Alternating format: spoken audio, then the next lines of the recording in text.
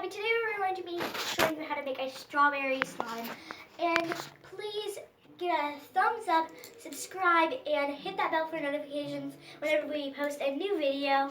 And let's get started.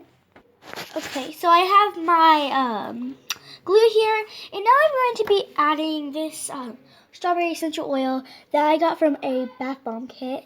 It smells really good. We're going to add a few drops.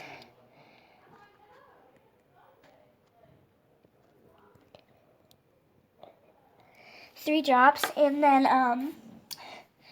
we're gonna mix it.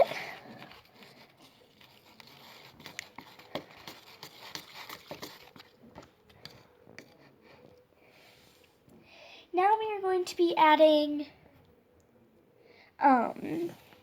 food coloring.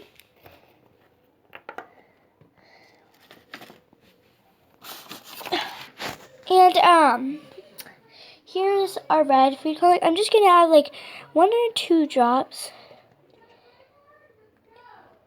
Okay, and that's gonna make it this really light pink color, which you want that for the strawberry slime.